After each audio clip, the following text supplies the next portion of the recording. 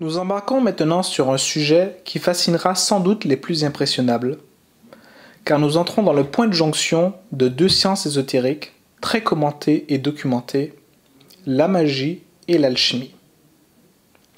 Cependant, tandis que le premier s'occupe essentiellement du monde phénoménal et opère dans celui-ci, l'alchimie, quant à elle, est la science des causes. Écoutons ce que dit Fulcanelli à ce sujet. La chimie est incontestablement la science des faits, comme l'alchimie est celle des causes.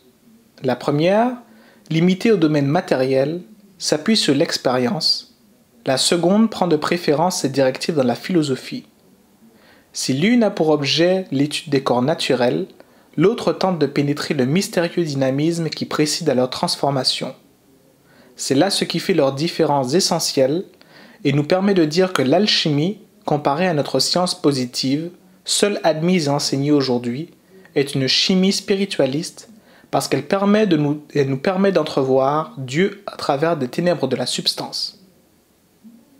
Ce que dit Fulcanelli au sujet de la chimie courante est très similaire avec le domaine de la magie. La magie, selon Eliphas Lévi, est l'art de magnétiser les courants astraux pour les soumettre à la volonté de l'opérateur. Le domaine d'action de la magie est le plan astral. Ce plan, sans cesse mouvant, est notre nature et notre plan sublunaire. L'art de la haute magie, lorsqu'elle est bien appliquée, vise à utiliser les phénomènes du plan astral pour s'élever au plus haut de celui-ci, dans le but d'opérer une communion avec les plans supérieurs.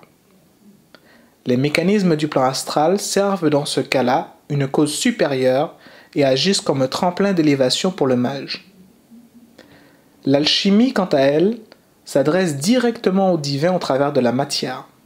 Son domaine d'action n'est pas l'astral, mais le plan divin lui-même. Le grand œuvre opère sur une matière hautement divine, et au travers des opérations ou du miroir de l'art, l'artiste entrevoit les phénomènes de la création, alors qu'il agit directement sur les causes de celle-ci. Lorsqu'on parle d'alchimie, vous l'aurez compris avec tout ce qu'on a dit auparavant, nous parlons de la discipline alchimique, du grand œuvre et du travail au laboratoire. Comme nous l'avons vu, c'est la seule façon de réellement mettre à l'épreuve nos facultés spirituelles, notre compréhension et notre maîtrise de l'art. Vous comprenez donc qu'il n'y a pas vraiment de lien entre la magie et l'alchimie. Les deux sciences sont distinctes et emploient des méthodes et des outils différents. Cependant, tous deux opèrent à l'intérieur de l'individu une alchimie spirituelle. Tous deux participent à la communion d'un feu extérieur et d'un feu intérieur de l'opérateur. Il faut par contre garder à l'esprit que la magie, opérant dans le plan illusoire de l'astral, n'est pas soumise à la même rigueur que l'alchimie. La plupart des individus opèrent en magie selon leurs propres interprétations des symboles, selon leurs propres croyances ou superstitions. Tant que l'éveil ne s'est pas fait sur les plans supérieurs, c'est-à-dire au-delà du plan astral, il est impossible de confirmer quelconque vérité. Le plan astral se superpose à la vue de l'opérateur comme un filtre de perception qui voile la vérité. Pendant tout son cheminement, au fur et à mesure qu'il élève son état vibratoire, le mage pressent toujours la vérité, mais ne peut s'en assurer qu'une fois qu'il s'éveille au-dessus du plan astral et qu'il reçoit la lumière pure et directe, non reflétée.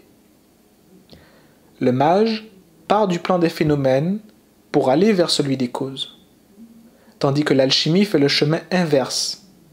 Comme nous l'avons mentionné, le grand œuvre débute avec les principes premiers de tout phénomène. Il faut donc se garder de faire l'amalgame entre les deux et rendre à César ce qui lui appartient.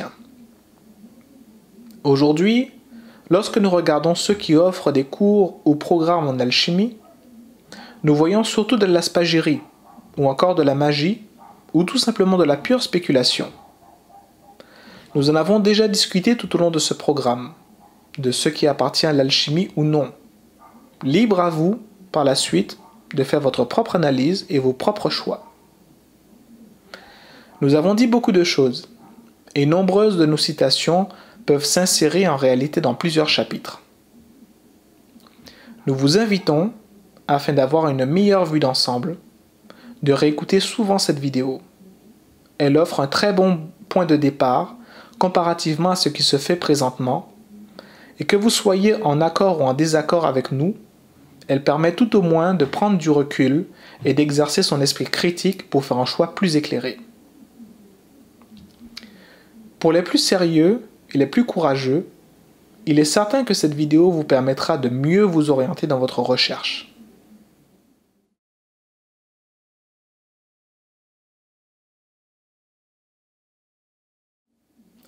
La science hermétique au complet peut être désignée comme une véritable théurgie du feu. Le feu secret, saint inconnu de la science, tant recherché par ses élus, contenant l'ADN de Dieu, manifeste son énergie et ses vibrations avec d'autant plus d'intensité que l'artiste épure, renforce et multiplie sa matière. Certains philosophes comme Fulcanelli ou encore Eugène Cancelier mentionnent la nécessité de se mettre en harmonie avec son travail ou au diapason de sa recherche. Cela revient à dire de réaliser une communion avec ce feu secret et divin. Or, communier avec le divin est la définition même d'un acte théurgique. Nous avons déjà abordé brièvement tout au long de cette vidéo le sujet de la manifestation de cette substance divine qui s'élève et s'exalte au cours de l'œuvre. Nous avons dit que cette substance libère et dégage une énergie d'une fréquence vibratoire hautement divine. Au fur et à mesure du travail sur cette matière, et à force de l'évertuer, la renforçant à chaque fois, cette vibration va devenir de plus en plus intense. L'artiste, quant à lui, entre en résonance avec sa matière. Ses chakras se nourrissent littéralement de cette lumière manifestée et il ressent intérieurement l'étincelle de l'effet premier et la présence de Dieu en lui et autour de lui. L'atmosphère se fait de plus en plus pesant, dense, vibrant, à tel point que n'importe qui rentrerait dans cette pièce ressentirait la pression de cette énergie. Le laboratoire devient un véritable oratoire et revêt l'ambiance d'un véritable temple. Ainsi, cette théurgie du feu, qui se produit au sein même du laboratoire, au travers de la matière, est le véritable moteur d'évolution de l'élu. C'est cette substance libérée de sa gangue qui va également libérer l'artiste du voile de l'ignorance. Dans le silence mystérieux de son laboratoire, l'alchimiste est baigné de cette lumière et est empli d'une joie et d'un sentiment de grâce qui ne va plus jamais le quitter. La relation entre l'alchimiste et son œuvre agit de façon réciproque. L'artiste, à son commencement, entrevoit les premières opérations à appliquer à la matière. Une fois qu'il a en sa possession les matières du grand œuvre, les écrits des anciens deviennent beaucoup plus clairs, car les auteurs ont souvent décrit l'œuvre en partant de ses premiers principes. La lumière, émanée de notre matière, va agir sur l'artiste et le prédisposer à de nouvelles révélations, à une nouvelle réalité et de nouvelles possibilités d'introspection et de découverte.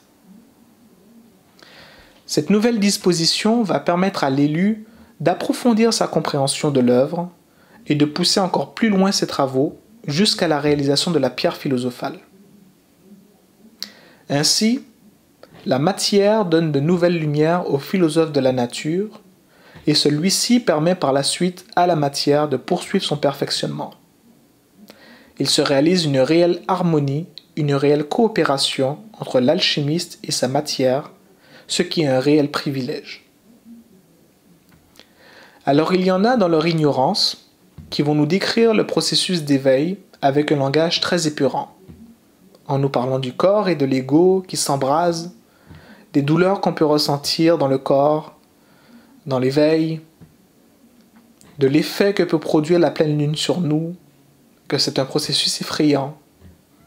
On nous parle même d'une voix brève qui provoquera un éveil soudain. Ici, on est un peu dans tout et n'importe quoi en fait. On a l'impression d'entendre un peu les mêmes discours que sur la Kundalini et les autres modes spirituels de notre époque. La nature en réalité ne fait jamais rien dans la précipitation, ni soudainement. Le résultat qu'elle produit est une suite d'un long travail interne qui aboutit finalement par une éclosion manifeste de la vie. Et il en va de même pour le processus d'éveil. Celui-ci se fait de façon naturelle, sans précipitation, selon votre propre capacité d'absorption et la force de vos chakras. Un éveil brutal ou soudain, provoquant des douleurs physiques, est simplement le témoignage que vous faites quelque chose qui va à l'encontre de votre fonctionnement naturel. De nos jours, on veut tout facilement et rapidement. Malheureusement, le grand œuvre et le processus d'éveil en général n'est pas une course, mais un cheminement. Vous irez plus vite en prenant le temps de faire les choses simplement et consciencieusement que de chercher des raccourcis et de devoir désapprendre ou corriger quelque chose qui n'est pas correct. Mais là encore, on est plus dans le domaine de la magie et des phénomènes que de l'alchimie. Libre à vous de faire votre choix en la matière. Enfin, pour clore ce chapitre, nous parlerons un peu des plantes. Dans le domaine de l'hermétisme, nous avons expliqué que le travail avec les plantes relevait de la spagyrie et non de l'alchimie. Certaines personnes parlent de faire des initiations qui feraient intervenir l'ingestion de plantes pour parvenir à un certain éveil. Il existe dans des endroits des rites de passage qui se font à partir de plantes hallucinogènes ou psychotropes. Bien sûr, notre avis personnel, c'est que nous n'avons pas besoin de cela pour atteindre l'éveil. D'autant plus que ces plantes n'ont absolument aucune action sur votre état vibratoire. Ils ne vous élèvent pas, mais se contentent de vous placer à un point de vue différent que d'habitude. Il est évident que ce changement de point de vue peut vous permettre de mieux vous comprendre, de régler certains problèmes, des problèmes émotifs ou psychologiques, ou même des problèmes physiques. Mais d'un point de vue spirituel, la plante ne pourra pas vous donner ce qu'elle n'a pas. Nous avons vu que les esprits du règne végétal sont orientés et spécifiés. Ils possèdent également un état vibratoire qui leur est propre. L'être humain, étant la quintessence de la nature et possédant déjà en lui les trois règnes inférieurs, possède déjà naturellement un état vibratoire qui est supérieur au règne végétal. C'est pour cela que les plantes ne peuvent pas vous élever, mais peuvent seulement changer votre perception sur un axe horizontal, mais pas vertical. Cela signifie que vous verrez les choses différemment, mais vous serez toujours limité par la profondeur de votre perception, qui, elle, dépend de votre état vibratoire. Mais encore une fois, ce n'est pas non plus à rejeter. Ce genre d'expérience peut mener à certaines prises de conscience qui favorisent le cheminement initiatique, mais ce n'est pas du tout un point de passage obligé. Le processus d'éveil nécessite une force supérieure à l'être humain, car seul le supérieur peut mouvoir l'inférieur. Il faut donc faire intervenir un agent possédant une fréquence vibratoire supérieure à la nôtre, afin qu'en l'assimilant, notre état vibratoire s'en trouve amplifié, à la fois horizontalement, mais surtout verticalement. La véritable initiation, comme nous l'avons mentionné brièvement auparavant, nécessite l'intervention de l'élément divin.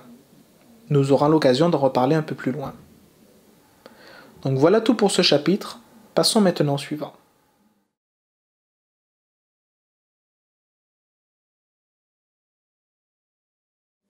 Alors nous entendons souvent les gens, en particulier sur les forums et groupes d'alchimie, dire que l'alchimie ne s'enseigne pas, qu'elle s'apprend en solitaire, ou encore qu'il n'existe pas d'école d'alchimie.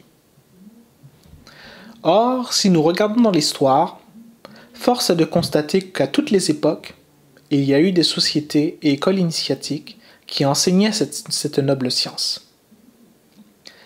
Elle était déjà enseignée depuis la haute antiquité à une élite dans les temples de l'Inde, de la Grèce et de l'Égypte.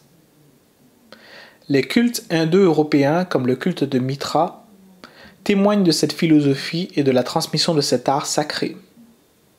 Au Moyen Âge, de nombreux monuments, dont la cathédrale Notre-Dame de Paris, furent le lieu de rencontre d'alchimistes venant de partout en Europe. La Villa Careggi, en Italie, fut également un des hauts lieux de l'hermétisme. Prague, un peu plus tard, fut également l'un des hauts lieux d'Europe en termes d'alchimie. Si on reste juste en France, nous pouvons citer Paris, Bordeaux, Montpellier ou encore Lyon, qui furent des lieux importants qui rassemblaient des alchimistes venant de partout dans le monde, en particulier d'Europe et d'autour du bassin méditerranéen. Cela était dû principalement aux ports d'attache, en particulier de Bordeaux et de Montpellier, qui rendaient facile d'accès les rencontres entre alchimistes. Toutes ces villes témoignent, d'une façon ou d'une autre, de l'activité des alchimistes de l'époque, en particulier par leur architecture et les ornements qu'ils portent.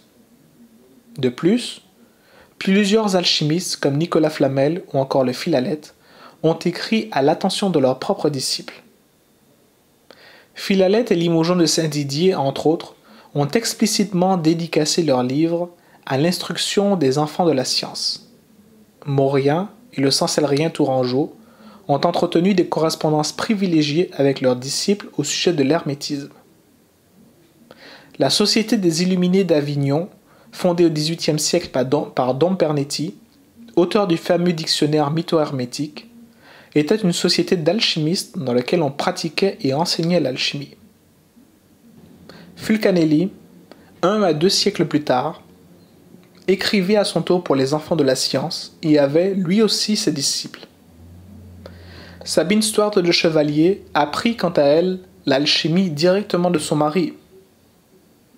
Donc là, nous avons survolé le sujet en ne citant que les plus pertinents ou les plus connus. Mais si l'on scrute attentivement les ouvrages des anciens philosophes, ainsi que les historiens qui ont écrit sur le sujet, nous trouverons beaucoup plus de documentation sur les groupements d'alchimistes qui avaient lieu dans le passé.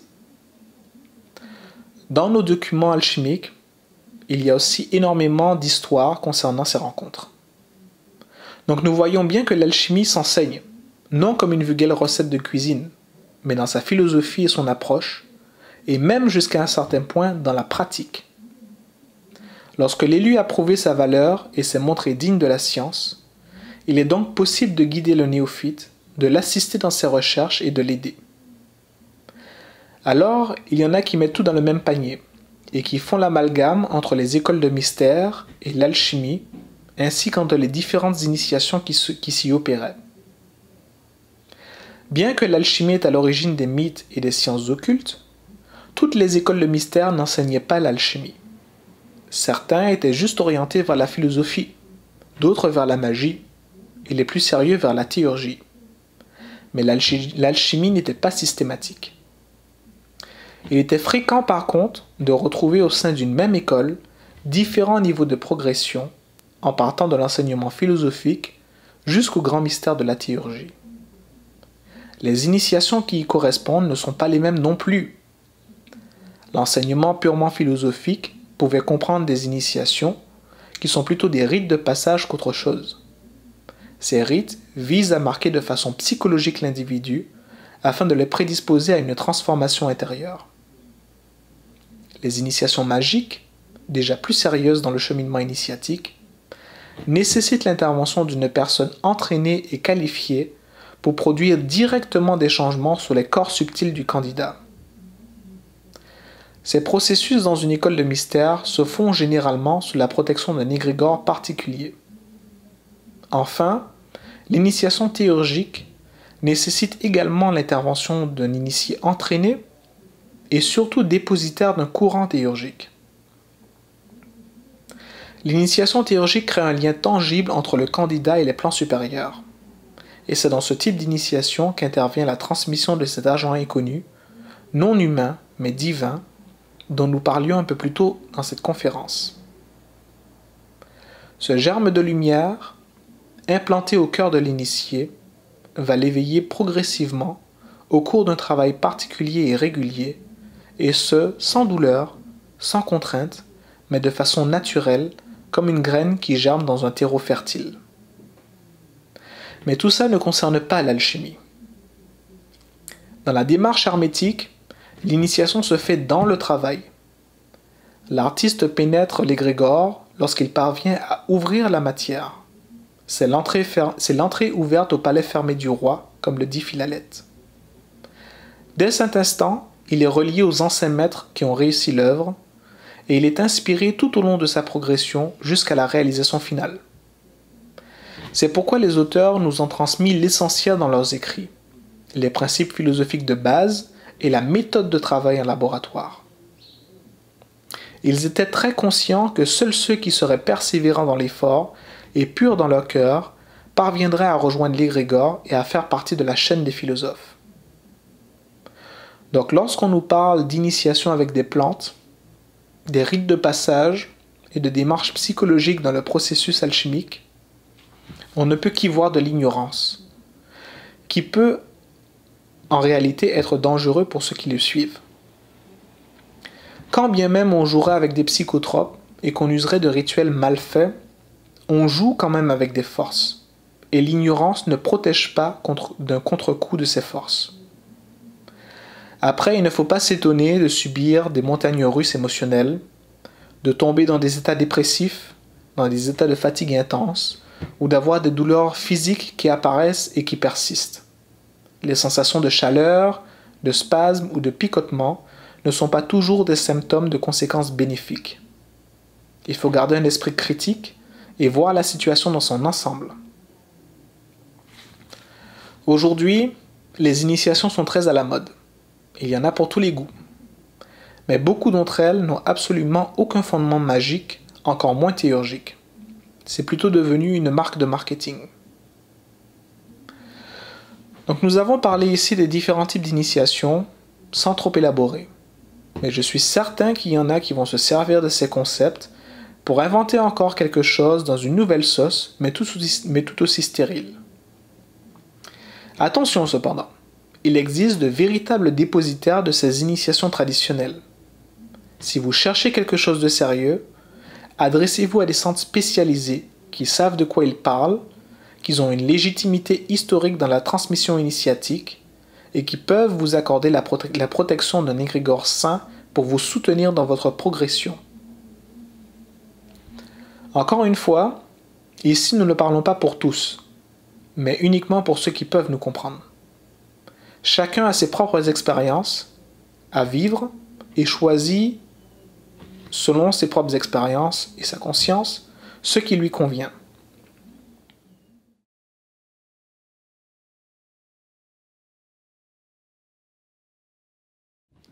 Nous avons vu qu'au fil de l'histoire, l'alchimie s'est transmise non seulement au travers des écrits des anciens philosophes, mais aussi au sein des temples, écoles et sociétés secrètes qui y étaient dédiées, mais aussi de personne à personne entre alchimistes.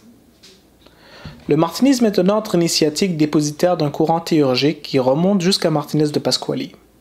Au XVIIIe siècle, Martinez de Pasquali, que l'on nommait également le théurge de Bordeaux, fonda l'ordre des chevaliers maçons Elicoènes de l'univers. En réalité, il y eut deux groupes qui furent fondés par Martinez. L'ordre des Elicoènes, le plus connu, avait une renommée dans toute l'Europe. L'autre groupe, plus discret, regroupait une élite et fut les prémices de ce qui deviendra plus tard le martinisme. Mais bref, là n'est pas le sujet, c'était juste pour mettre en contexte un peu ce qui va suivre. Nous savons, par les écrits qui nous restent de Pappus, que l'ordre des Elicoènes de Martinez de Pasquali et la Société des Illuminés d'Avignon de Dom Pernetti se sont fréquentés et ont échangé fréquemment sur divers sujets, dont l'alchimie. Dom Pernetti était déjà lui-même en relation avec des alchimistes de l'extérieur, et il serait tout à fait possible que Martinez de Pasquali, regroupant autour de lui l'élite spirituelle de son époque, ait été en contact également avec des alchimistes différents de la société de Dom Pernetti.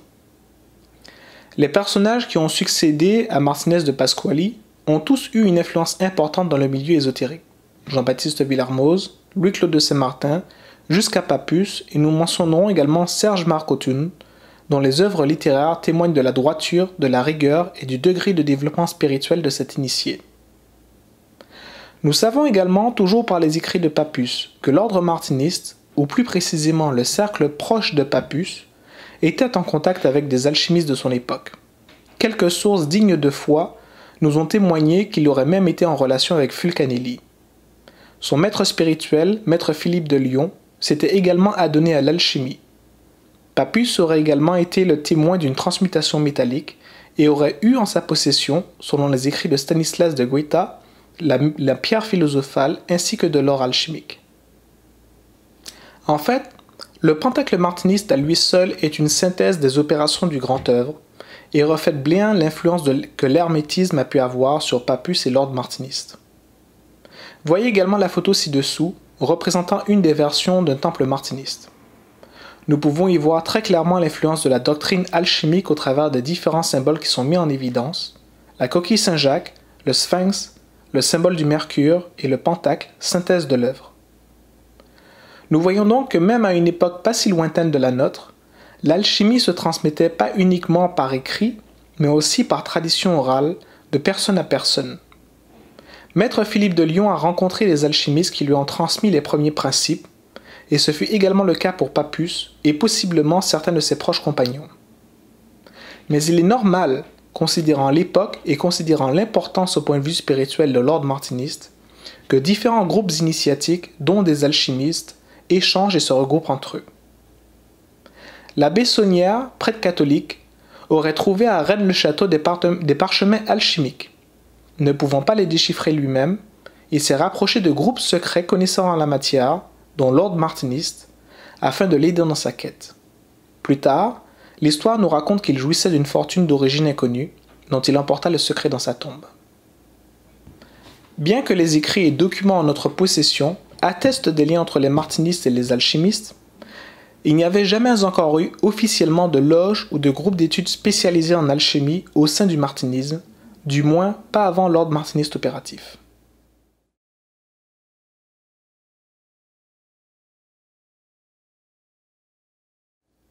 L'ordre martiniste opératif est à ce jour le seul ordre martiniste à transmettre encore à notre époque, en plus de la théurgie martiniste, un enseignement spécifique et particulier sur la thaumaturgie et sur l'alchimie.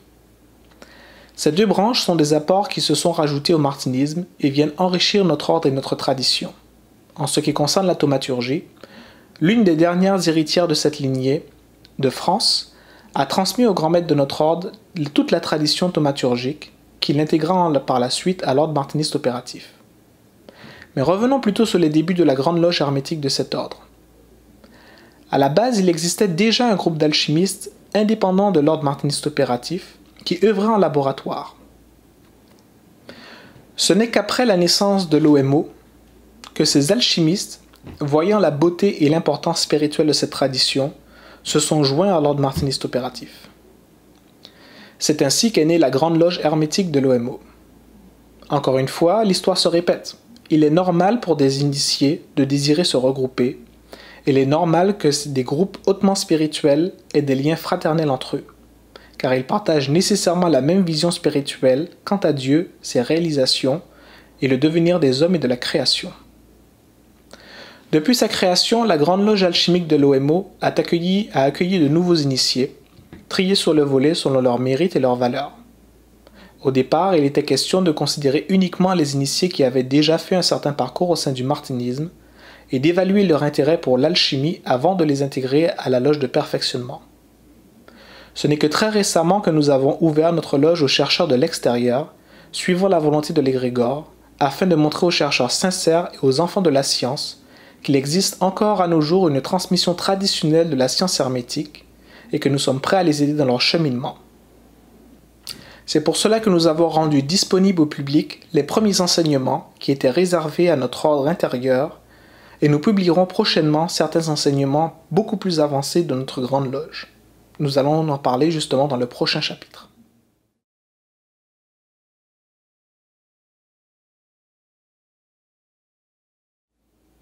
Comme nous l'avons dit dans le chapitre précédent, nous avons rendu public certains de nos documents privés. Les premiers documents, au nombre de 10, sont des documents préliminaires qui doivent préparer le candidat, le mettre en résonance avec l'égrégore alchimique et lui permettre d'obtenir, entre autres, la révélation du premier arcane de l'œuvre, le nom de la materia prima. Alors il y a eu beaucoup d'émois et de critiques lorsque nous avons mis nos documents en ligne, car nous demandons un coût modique pour nos cours. Juste pour réaliser nos documents, cela a demandé de l'équipement et de nombreux coûts connexes. Nous pensons qu'il est normal de demander une contribution.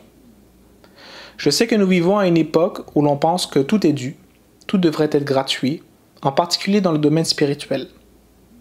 On voudrait que ceux qui soignent, les guérisseurs, qui font ça à temps plein, le fassent gratuitement, On voudrait que tous les enseignements, même les plus poussés, soient dévoilés sans aucune retenue, gratuitement. Il faudrait que ces hauts mystères et révélations, pour lesquels certains ont donné leur vie, dont la divulgation à une époque entraînait la mort, soient, à notre époque, poussés par la paresse intellectuelle et la facilité de vie, rendus accessibles à tous, peu importe leur mérite, leur valeur ou encore leur motivation. Mais comme le dit Fulcanelli, la science hermétique ne saurait être galvaudée, et la nature n'ouvre pas à tous indistinctement la porte de son sanctuaire. Encore une fois, il ne faut pas jeter des perles au pourceau.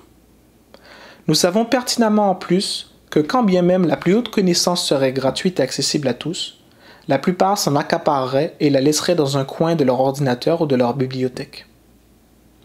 Nous vivons à une époque où le paraître prédomine, et même les ignorants et les méchants peuvent se faire entendre.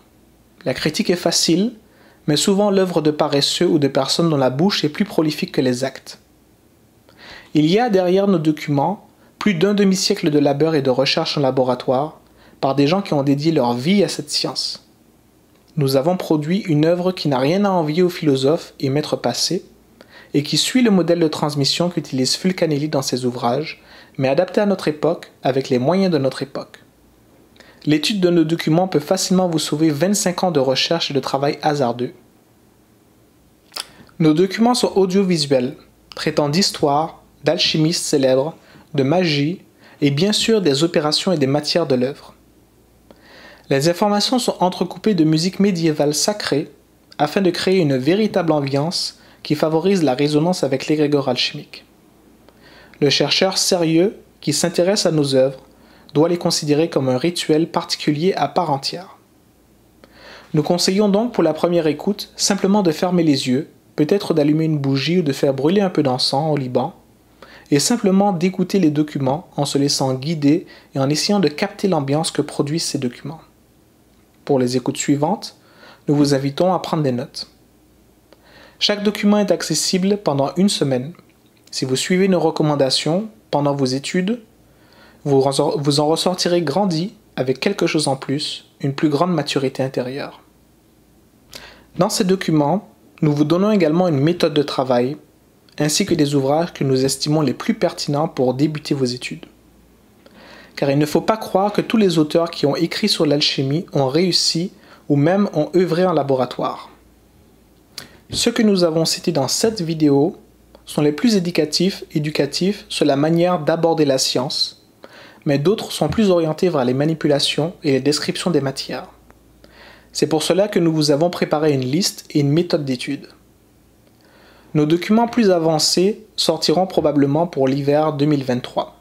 Ils sont beaucoup plus explicites sur les manipulations en laboratoire et sur les matières de l'œuvre, en grande partie parce qu'on y rajoute beaucoup de notre propre expérience et composition, et que ces documents étaient destinés à nos initiés plus avancés dans la science. Ces documents sont les premiers prérequis pour intégrer notre table ronde de philosophes hermétiques. Une fois au sein de notre grande loge, vous y trouverez des passionnés et des amoureux de la science qui pourront vous aider dans votre progression. Nous sommes persuadés que les ignorants et les petits curieux ne dépenseront pas un centime pour nos documents, et c'est parfait comme ça. Nous pensons qu'un véritable amateur et chercheur prendra la peine d'écouter au moins le premier volet de nos documents, au moins pour se faire une idée de la valeur que nous offrons. Après, nous sommes conscients que la musique médiévale ne peut pas plaire à tout le monde, mais d'un point de vue objectif, le travail de recherche, de synthèse et de liaison dont témoignent nos documents est considérable et s'inscrit dans la lignée des philosophes et des anciens auteurs. Tout comme Fulcanelli à son époque, nous avons apporté notre pierre à l'édifice pour la postérité.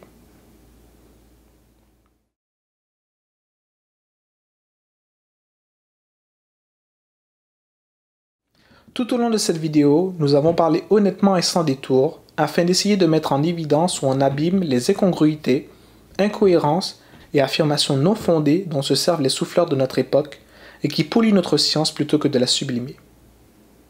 Notre science passe pour de la rigolade, de la superstition ou tout au mieux des croyances, alors qu'au contraire c'est une science exacte qui révèle à qui l'embrasse l'unique vérité qui soutient toute chose. C'est un long et pénible périple qu'est l'alchimie, mais si vous aimez cette science, vous vous devez de faire les efforts qui lui incombent. Mais pas n'importe quels efforts. Nous en avons parlé tout au long de cette vidéo. Nous vous invitons à la réécouter régulièrement, car nous savons combien il est facile d'oublier et de retomber dans les modes de pensée habituels, alors que nous vous donnons ici un guide pour éviter les faux prophètes et les sciences usurpatrices. Comme le dit Fulcanelli au début des Demeures philosophales, lui-même, après des années à apprendre des choses mensongères auprès des ignorants, a dû, devant la rigueur du laboratoire, confesser son ignorance et recommencer son apprentissage sur les bancs d'une autre école. Certains aussi des membres de notre grande loge hermétique ont eu la même expérience avant de nous rejoindre. Et nous savons à quel point il est difficile de désapprendre, et il est encore plus difficile de mettre son orgueil de côté et de faire preuve d'humilité. Les souffleurs dont nous avons parlé devraient se regarder dans un miroir, faire l'inventaire d'eux-mêmes et de leurs pratiques, et réaliser à quel point leurs connaissances et leurs pratiques sont éloignées de ceux des philosophes et du grand œuvre, et à quel point ils font du tort à cette noble science. Spagyrie, magie, méditation, psychologie, respiration, tous sont des pratiques très honorables qui peuvent apporter beaucoup, mais on reste très loin de la discipline alchimique et du contrôle au laboratoire. Il est évident que cette conférence ne va pas plaire à tout le monde, mais si c'était le but, nous aurions fait comme tout le monde.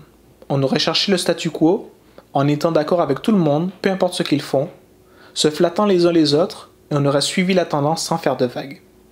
Mais notre rôle est tout autre. Nous sommes dépositaires d'une science, nous nous contentons de la transmettre, c'est tout. Chacun est libre de ses choix, et nos propos ne s'adressent de toute façon pas à tout le monde. Il n'y a rien de nouveau ici, malheureusement l'histoire se répète. Les philosophes avant nous ont fait le même travail, ont cherché à dépouiller la science, à dénoncer les usurpateurs et leurs propos, et à transmettre le flambeau de la connaissance à la génération suivante. Pour ceux qui ont apprécié cette vidéo, nous vous remercions pour votre écoute, et pour ceux qui, en plus, sont dans la recherche de la sagesse, de la lumière et de la connaissance, peu importe la voie, nous vous souhaitons de tout cœur du courage et que vous soyez guidés dans votre cheminement. Merci et à bientôt.